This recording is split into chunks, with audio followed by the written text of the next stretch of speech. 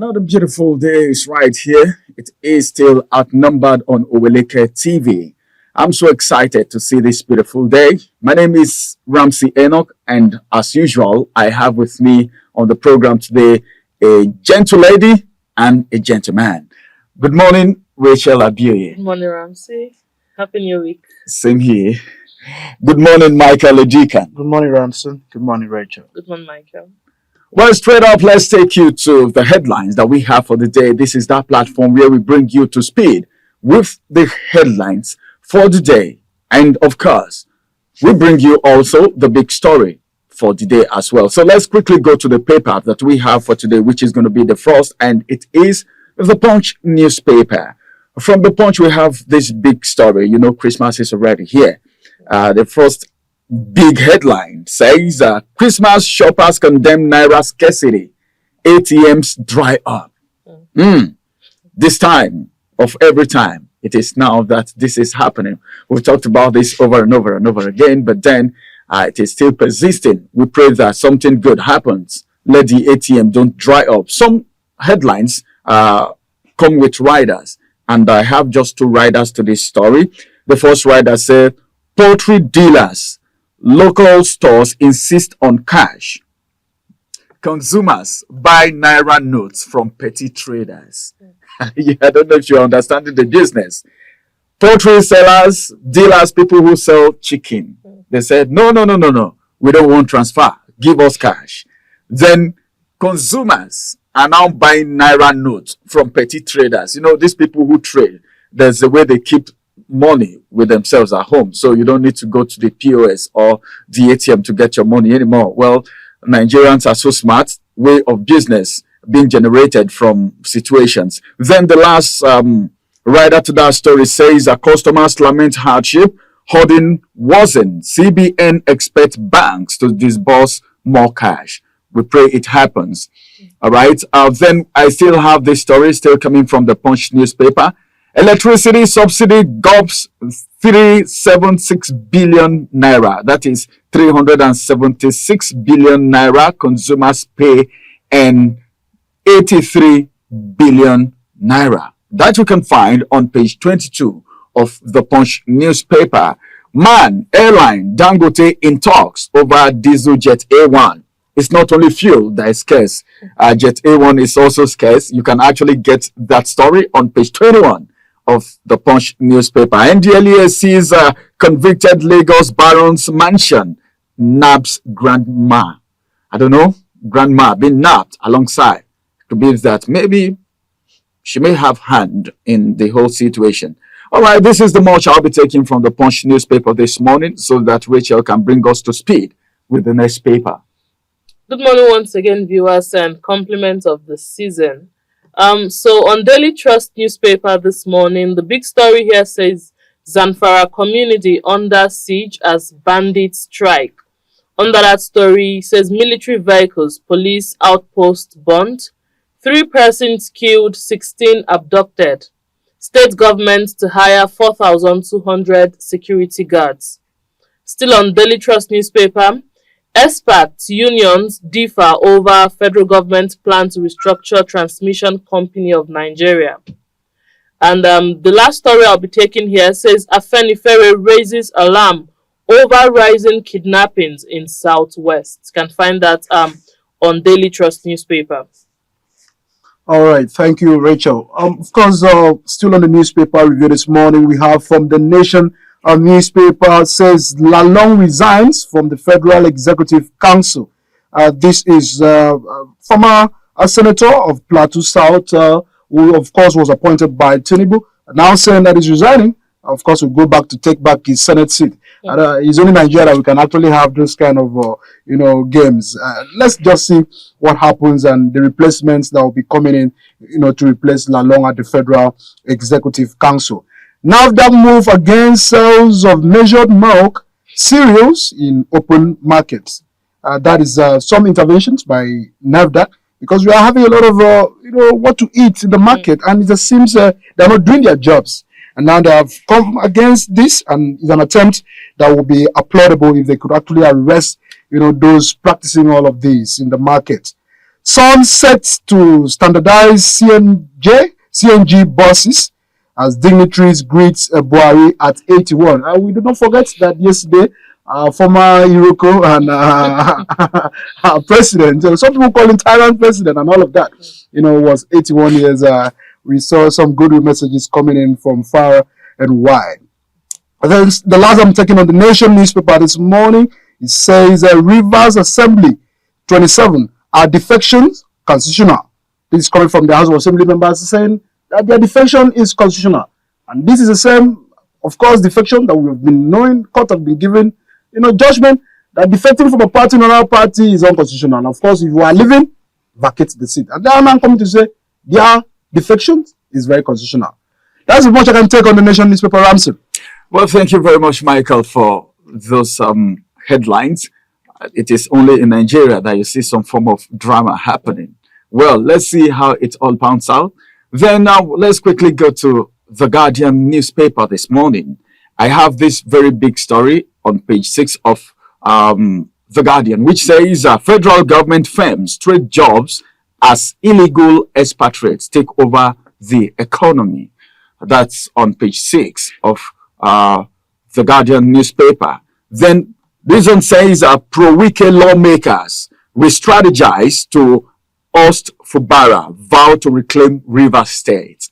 Well, the katakata in River State is still there, but then I think they should allow the sleeping dog lie at this point in time. The Kano residents won't accept injustice, Deputy Governor warns. That you can find on page 3 of the paper. Then I have this story. This story actually caught my fancy the first time I saw it before we even came up. We're talking about it, and we're still going to talk about it. I think it's going to form the basis for our big story for today. It's about Serap suing INEC for failing to prosecute electoral offenders in Bayelsa, Kogi, and Imo State. You can get the details of that on page 5 of the Guardian newspaper. And NCDC confirmed outbreak of dengue fever in Sokoto State. Those things happen more in the north. I don't know why.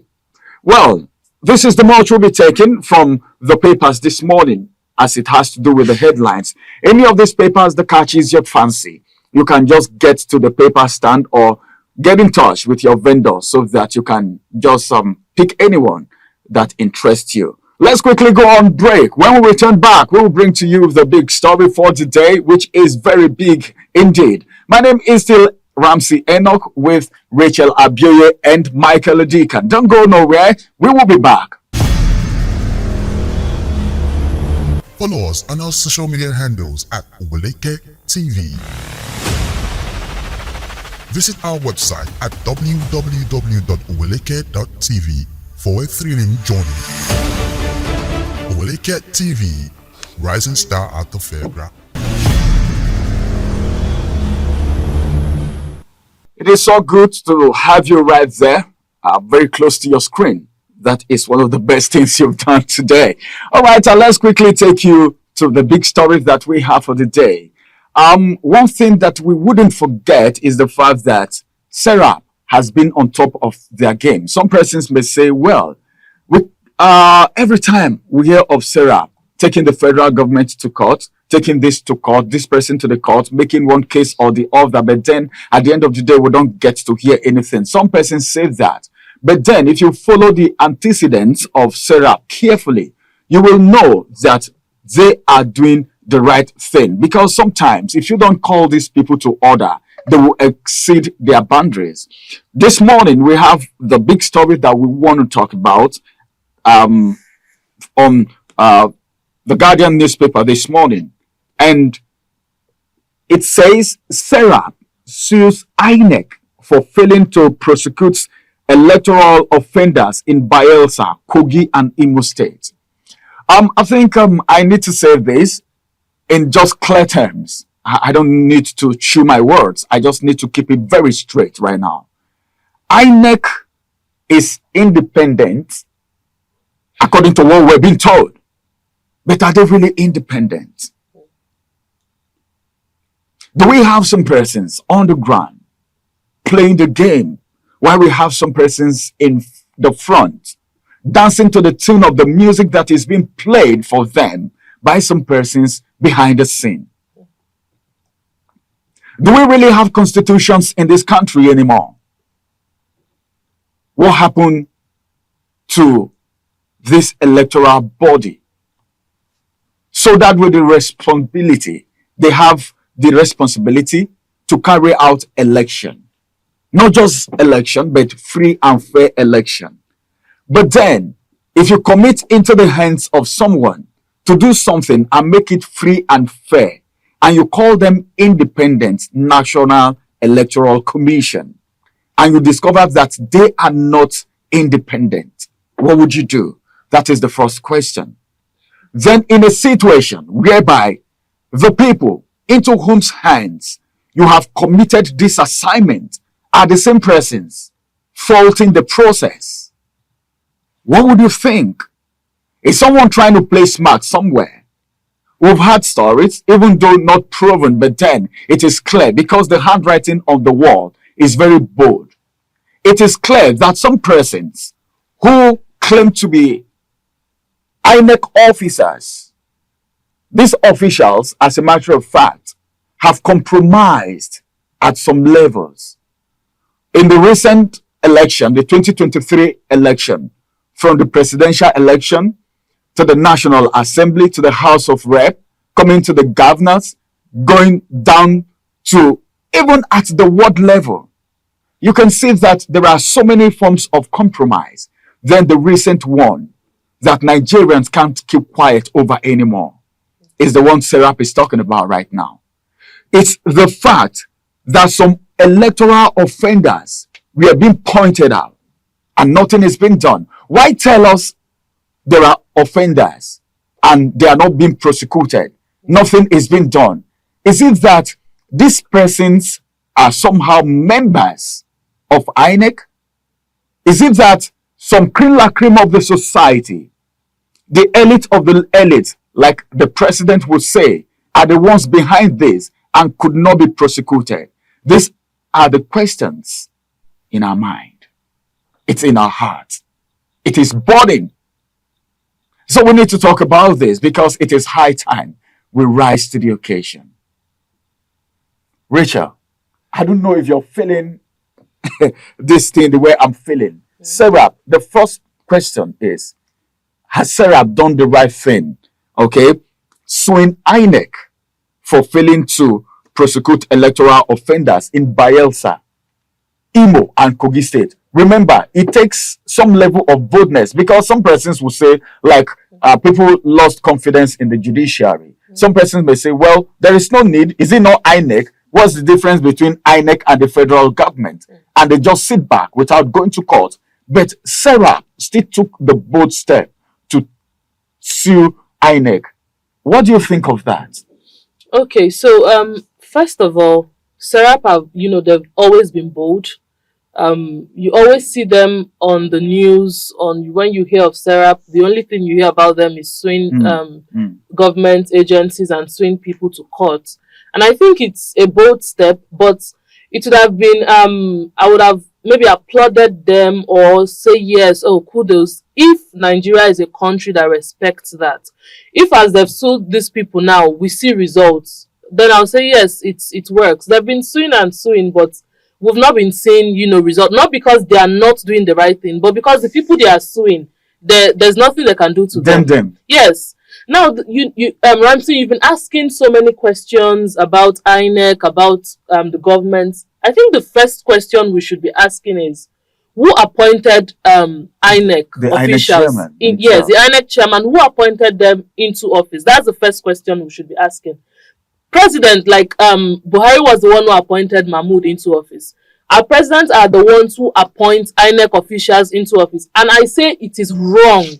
Because you cannot appoint me, and that's the truth. You cannot appoint me, Ramsey, into an office, and then you want to now become president. And I won't want to favor you. It will look somehow like I'm trying to I'm trying to bite the finger because that you even want to lobby for more position when the president gets into office. So the question we should be asking is that the right thing to do? Should the president retain the power of appointing INEC chairmen into office. Should they have the power to do that?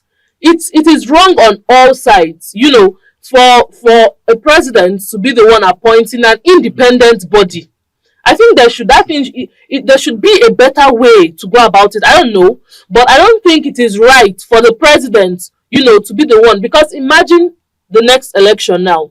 I am the one who have appointed you into office. An election is coming. Without even me as the president telling you what to do, you should already know what to do. You play to my game. Yes, you play to my game, or else you get out of there. That is how it works, and that is what they've been doing.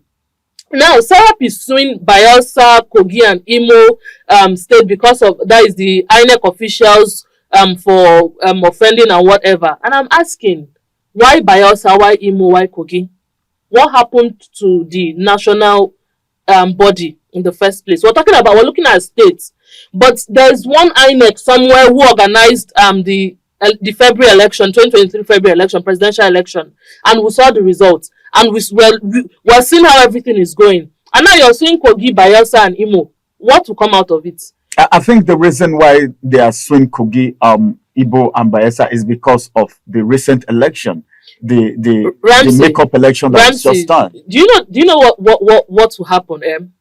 This one is not because we are trying to. We already know what will happen.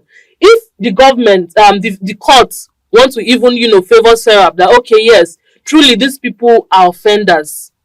If I am serving as an INEC official in one of these states that have been sued, and the courts now found me guilty, I will come out and sue whoever I want to sue. Now this is why I can come out to sue the INEC chairman. Why? Because now you found me guilty, but my boss, my guy on the top, they are the ones who started this whole thing, and I'm only following their footsteps. And now you want to find me guilty. What happened to the February 2023 election? No one is saying anything about it. So many court cases, and we saw what happened to the whole court issues. And now you're coming out to sue a state, but you're not looking at the national body. You're not looking at their organs.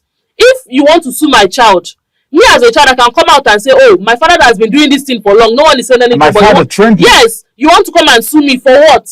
So the thing is, it is not a bad thing to sue these people. But in Nigeria, does this thing work? Okay, in Nigeria, does this thing really work? That is coming from Rachel, you just heard. In Nigeria, does these things really work? Well, Serap is not tired going to court all the time. Michael, one thing is this, like she made reference to the 2023 presidential election that happened earlier before the run-up election of Kogi, Imo, and Bayelsa, of course. And we saw what really happened. Okay, the cases went to court. People who were not satisfied actually went to court. But then, according to them, they never got justice. Even though some persons will say, well, in this climb, people don't really accept failure. When they lose, they don't accept. But then beyond that, we saw what is happening from the court. What would you say about this move by Serap and Kogi, Bayelsa, and Imo State? Were they really offenders, or they just follow suit with what has been happening, like Rachel actually affirmed? Yeah, to me, people in Nigeria, we are in a climate where people do anything and then go with it.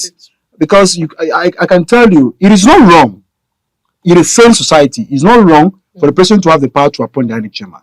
But what is wrong is when the motive of appointing that chairman or that head of that parastatal is being politically moved.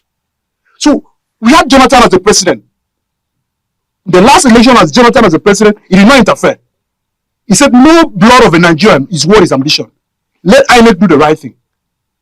He failed election, he walked away honorably. That was the president in this country. Yahoo was the president. During another time, you don't see intervention by the presidency to other states. PDP won, other opposition party won. It was about the people. Election was about the people. It was about what the people wanted.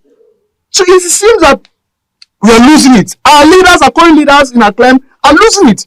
You stop interfering in things that, you should allow the masses to elect. Now you can see the power going to the court.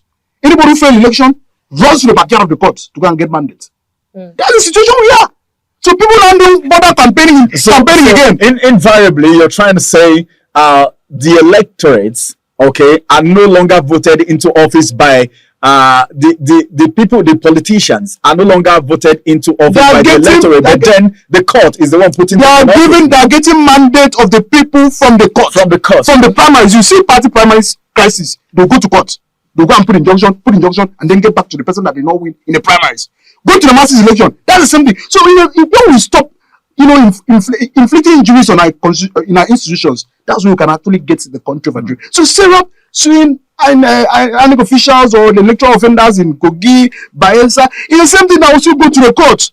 When you go to the court, they will determine what and when and who. Who to punish, what not what to do. So the moment we start excluding our powers, our electoral powers from the court, let people who commit offenses face the wrath of the people in the street. So that's the best way to go. To think that sounds like that's the best way to go. That's a job. So what happened in Adamawa State? Can you imagine? Someone they are not done with collecting of result. Someone going there to read out announce a governor causing chaos in the state. We had the same thing in Kogi State. In Kogi State, we had that before the election was even run, before the people even voted, the result sheets were ready. We had in Kogi State too, and nothing has been done about it. So allow the people to start determining. But then, if you said, well, the people should be lynched right on the street, don't you think that is Nigerians like learning in the hard way? We don't like learning in a soft way, sir. Well, you can see that the studio is so hot right now, emitting so much wrath because of what is happening in the society. This is not the kind of society that we were promised from the beginning. And of course, the politicians are making things very difficult. They are making things so difficult. As it is right now, the politicians are doing anything possible to get into office. But then, is it because of selfish interest? Why is it a must? Why the election in the first place? There shouldn't be election because millions are being spent to conduct these elections, and at the end of the day, we see the election not being free and fair. What is the essence? We remember what happened in Kogi State. People refused to come out to vote. People refused to pick up their PVC, and INEC was shouting. The same thing in Imo State. People refused to come out to work as ad hoc staff. This is how bad the citizens have lost interest and hope in the electoral system. So where are we heading? Where is the economy heading? Where is the nation heading? That is the big question this morning. If we really want to continue, well, time will not allow us. We can talk about this over and over and over and over again until any time. But then we want to put a stop to it at this very particular point in time. If you have any rift, if you have anything to add, if you have any opinion, you can just get to the comment section and just drop your comment right there, and we will react to it. Well, on a final note before we go, Rachel, I can see you're so angry about what is happening in this country right now. Everyone is angry, not just you, but then what would you have to say finally before we close up now? Okay, so while I'll say no to violence, no to jungle justice, and no to whatever brouhaha, please, Nigerians, let me repeat again, while I say no to violence, if our politicians can do anything to get into office, I think it's time Nigerians get ready to take them out of office. They should be able to do anything to take them out of office. But please, not to violence, but do anything to take them out of office. Yes, some Nigerians don't really know. There is something that is called recall. These people in the House of Rep and the rest, they can do a recall, all right? So you can call them back and say, we don't want you anymore. Vote of no confidence. All right, well, Michael? Yeah, mine is that the court should stop interfering in the things of the people. Allow the people's mandate to be the reflection of your judgment. Stop using technicalities, on the basis of the judgment. This is not helping our democracy. The moment when people elect their leader, and it happens that you as an instrument is used, to get the powers out of these people, people lose confidence. And of course, this is my own play right now.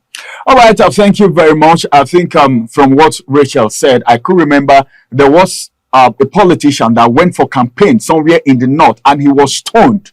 The people have to chase him out. I think that's exactly what Rachel is saying. You can reject these people with your PVC. Just do it. Forget about the fact that some persons say it may not count. It counts. All right. Thank you very much for keeping a date with us today. Thank you for staying glued to your screen. We will come your way again tomorrow, and it's going to be great. It's going to be better, and you will have a swell time. Thank you very much. It's been Ramsey, Rachel, and of course, Michael on OutNumbered. Bye-bye for now, and have a wonderful day ahead of you.